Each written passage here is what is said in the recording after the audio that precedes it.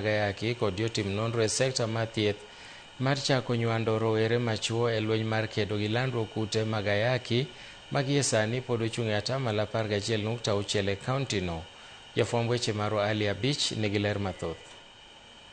Kinde mathoth rowere machuo ok osebed ka nywande puonje weche mag lando kute mag ayaki mageto duoko chien lando kute mag ayaki manyien anyato e kind rowere. Duol makedo gi lando kute mag ayaki e piny Kenya, jotim nonro weche mag thieth kod migawo mar thieth e sirikand kaunti ma Homa Bay biro kanyakla e neno ni rowere machuo bende onywande e lwenj kedo gi kute mag ayaki. Kapisa mochung'ne tayo chende duol e kaunti ma Homa Bay kod mano ma Migori, Nelly Asena wacho ni 25% kuom ji 1,180 magamo kute mag ayaki e kaunti ma Homa Bay higa ka higa gin rowere. For a long time we've left the boys behind.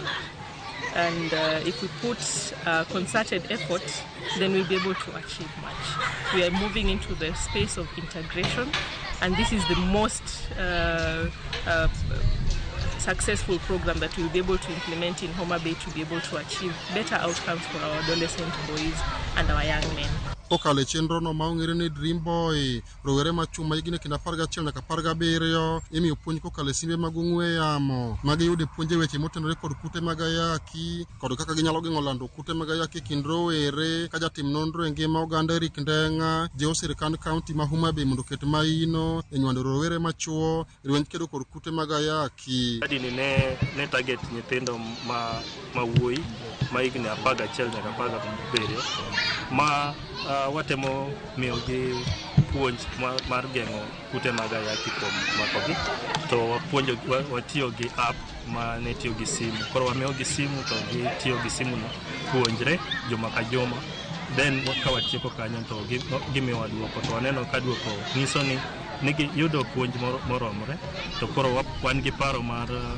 kawo puonjni to watiyo gi county government gi Maseno University mondo wane kaka wanyalo sire mbele. Apisa migawo mar thieth e sirikand kaunti ma Homa Bay Evelyn Ododa wacho ni gitiyo kanyakla kod riwruoge masiro sekta mar thieth e duoko chien lando kute mag ayaki kind rowere matindo kod duoko chien lando kute mag ayaki e kaunti ma Homa Bay ma sani ochung' e 11.6%. Kuom nyithindo machuo mane okel kanyakla kanomigi app mar simu moro mane gitiyo godo